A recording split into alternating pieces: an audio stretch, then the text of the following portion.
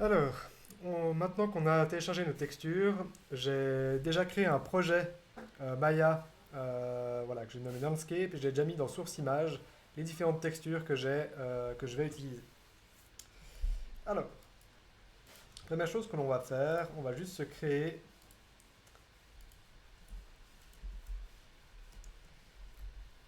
voilà, un plan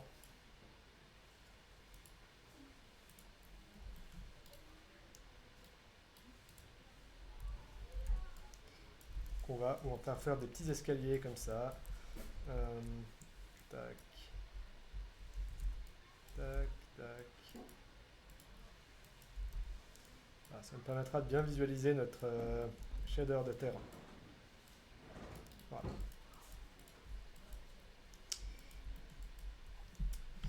Euh, pour ce projet, on va utiliser LookDevX. Donc on ne l'avait pas utilisé en début d'année parce que, il y avait encore trop de bugs. Je dirais pas qu'il y en a plus, mais maintenant je pense que c'est utilisable. Euh, pour le coup, LookDevX, c'est un peu la nouvelle version de l'Hypershade. Ça fonctionne totalement, enfin comment dire, les fonctionnements sont relativement similaires, mais vous verrez que les possibilités sont quand même un peu plus poussées avec LookDevX. Et il a certains avantages, notamment l'avantage d'afficher correctement les textures dans le viewport. Mais vous verrez que c'est très vite limité dès qu'on cherche à faire des trucs plus complexes. Il n'y a plus rien qui s'affiche correctement dans le viewport malheureusement parce que voilà, Autodesk n'ont pas fait le boulot jusqu'au bout, on va dire. Mais bon, vous verrez que c'est déjà pas mal ce qu'on arrive à faire. Quand on a une seule texture, ça se gère très bien. Alors, pour le coup, on va déjà se créer un espace de travail. Et moi, ce que je vous recommande, c'est de passer ici sur le mode expert. Et on va venir éditer un peu cette interface. Vu que cette interface est voilà, neutre, on a presque tout qui est désactivé. On va juste venir activer les fenêtres dont on a besoin. Donc on va commencer par Windows LookDevX Graph Editor. Et lui, on va venir le glisser sur la bordure ici pour l'avoir sur la moitié. Alors il faut vraiment bien faire en sorte qu'il aille bien. Voilà, je ne le mets pas en mode fenêtré. Ah, là, non, je n'arrête pas de rater.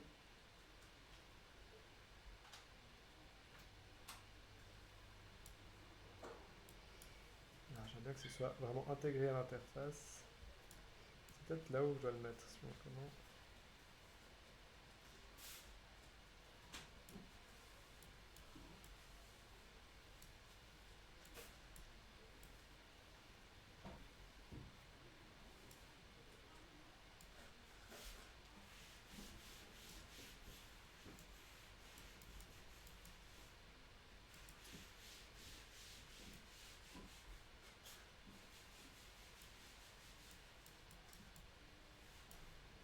Je vais peut-être juste bouger la bordure là, comme ça, je peux viser un peu mieux. Voilà, comme ça, c'est intégré. C'est juste que j'étais trop sur le bord. Voilà. Donc comme ça, vous avez vraiment la moitié de l'écran qui est dédiée à LookDevX et l'autre moitié qui est dédiée à votre objet. On va également venir chercher l'outliner. Voilà, je pense toujours bien de l'avoir. Voilà, on peut lui réduire un peu son espace en revanche. Et là, on est bien pour commencer à travailler. Donc LookDevX, comme je vous l'ai dit, c'est un peu le nouvel Hypershade. Il fonctionne un peu différemment parce que vous n'aurez pas, comme dans l'Hypershade classique, on va juste sur Windows, Rendering, Hypershade, voilà, vous n'aurez plus les aperçus des textures comme ça, qui je trouve est bien pratique, mais vous verrez qu'on peut s'en passer assez vite.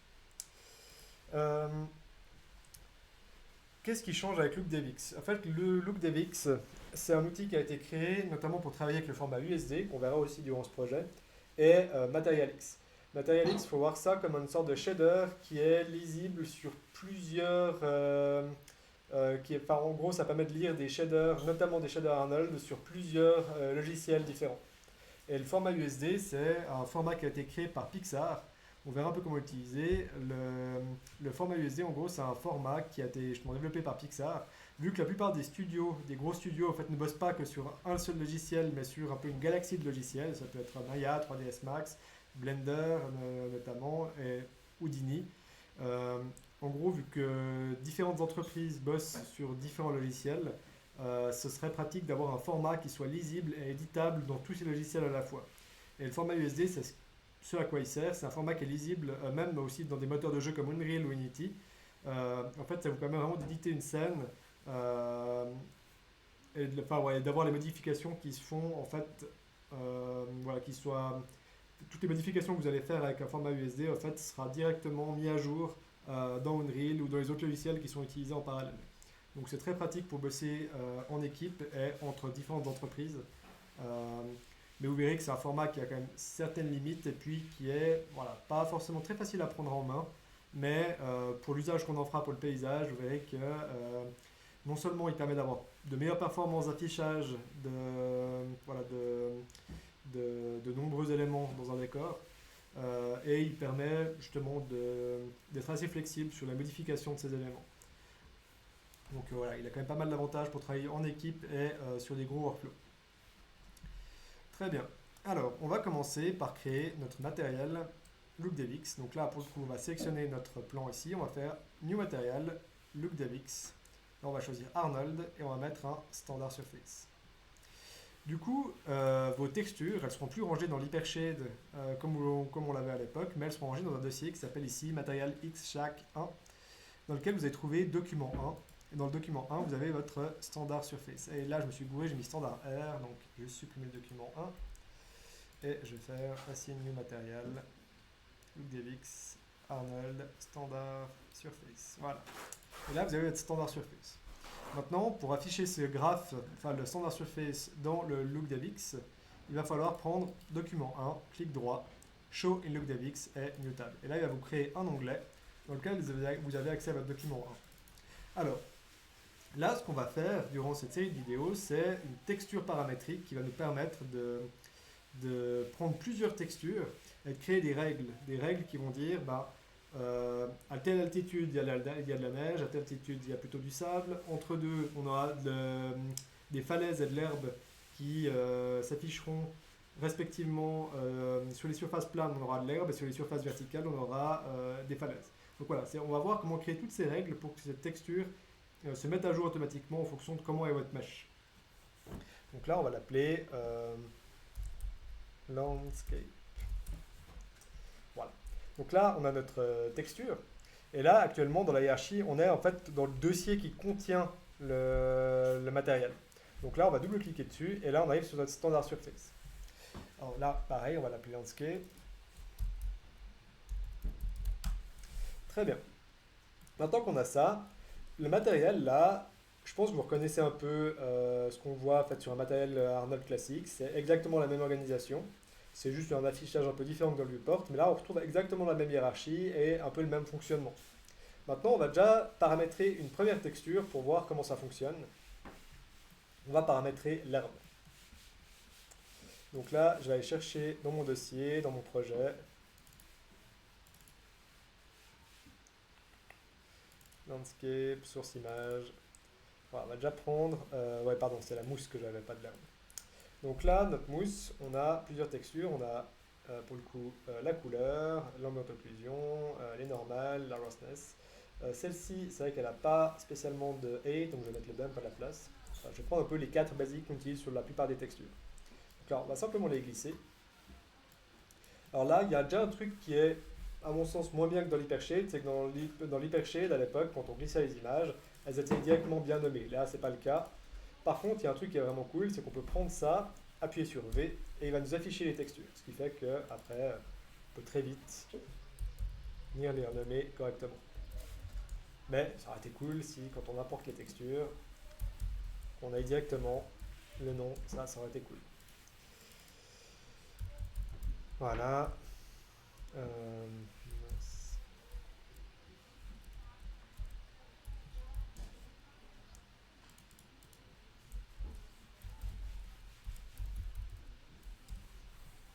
Voilà.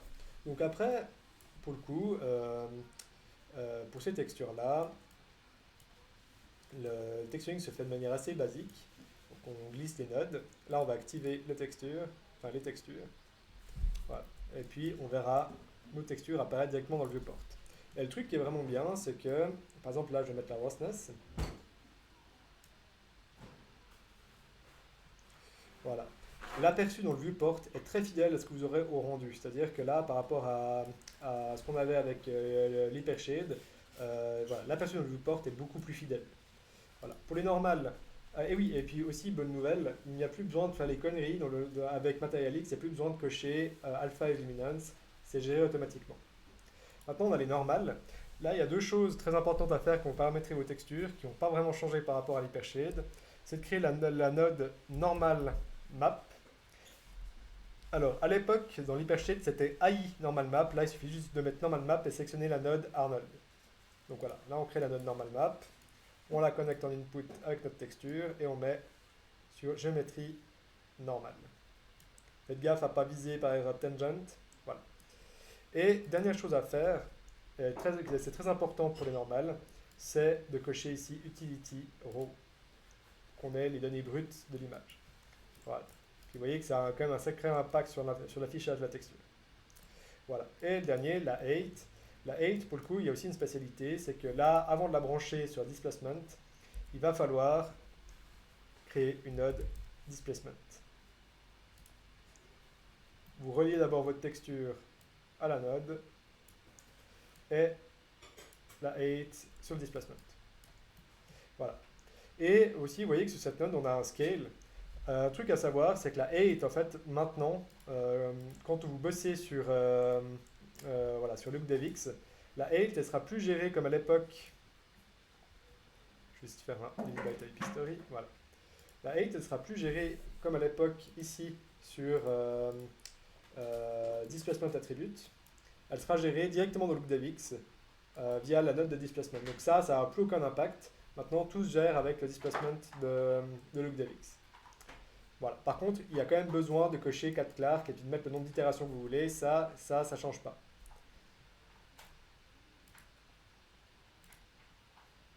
Voilà. Là, on peut déjà faire un premier rendu.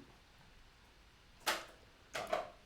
Alors, pour le coup, là, je vais faire quelques petits trucs. Modeling, mesh. Je vais juste ajouter quelques divisions.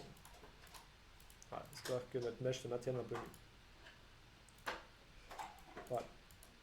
Et puis là, pour le coup, donc là j'ai déjà mis des 4 Clark, mais pour le coup, comme je vous l'ai dit, donc là je vais juste repasser en expert pour retrouver mon interface d'avant.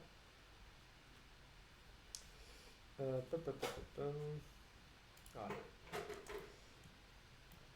Comme je vous l'ai dit, le displacement il se gère ici. Donc si je passe à 10 ici, on aura le displacement qui grandira via ce qu'on a là. Voilà. Donc ça, c'est un peu le fonctionnement de base pour une texture de base, c'est un peu le texturing qu'on a vu. Maintenant, on va démarrer quelque chose de beaucoup plus complexe. Aussi, pour revenir un peu sur les choses qui fonctionnent un peu différemment de l'hypershade, je ne sais pas si vous vous souvenez, mais sur l'hypershade, on avait à chaque fois la texture plus une node text coordinate qui nous permettait de gérer le tiling de la texture, donc à quel point la texture se répète. Donc là, pour le coup, on a directement une node UV tiling et on va devoir la relier à un chiffre. Alors pour mettre un chiffre dans LookDevX, vous pouvez appuyer sur Tab. D'ailleurs, c'est vrai que je n'ai pas précisé ça, mais à chaque fois que vous voulez ajouter quelque chose, il faut appuyer sur Tab. Ici, ça vous affiche le petit menu. Voilà. C'est comme dans l'hypershade, sauf erreur. Là, on va aller ajouter une constante. Constante, ça va vous donner, là pour le coup, de base, c'est en fait une couleur. Cette constante-là, en fait, elle est en color tree. Ça veut dire que de base, ça définit une couleur. Si vous cliquez sur value ici, ça va vous définir une couleur. Et en gros, les valeurs que vous aurez ici, c'est la valeur qu'il y a sur R, G et B. En gros. Il y a plusieurs types il y a plusieurs types de chiffres qu'on peut avoir ici. Par exemple, on peut avoir du vector tree. Ça, c'est en gros, ça affiche plutôt une position dans l'espace, par exemple la position ou la rotation ou la scale d'un objet. Et nous, ce qu'on veut là, c'est un chiffre tout bête. Donc on va le passer en float. Float, c'est-à-dire qu'on veut juste un chiffre avec ses décimales. Donc là, de base, on a une réglette qui va de 0 à 1, mais on peut mettre n'importe quel chiffre à la place. Donc ce chiffre de constante, on va venir le brancher à UV tiling.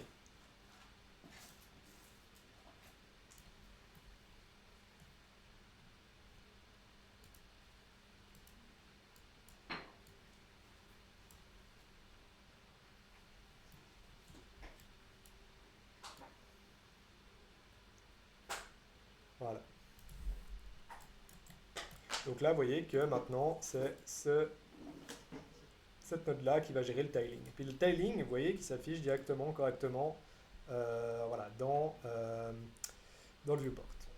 Donc voilà les bases pour faire un shader comme on faisait à l'époque dans Material X. Ça ne change pas énormément, il y a quelques petites subtilités, mais globalement, ça marche plutôt bien. Une dernière chose qu'on peut faire, qu'on ne pouvait pas faire dans l'hypershade, vous pouvez tout sélectionner ici, puis on peut faire un clic droit et créer un backdrop sur Create Backdrop. Ça va vous permettre de créer un cadre dans lequel vous pouvez déplacer en fait, toutes vos nodes d'un coup. Voilà.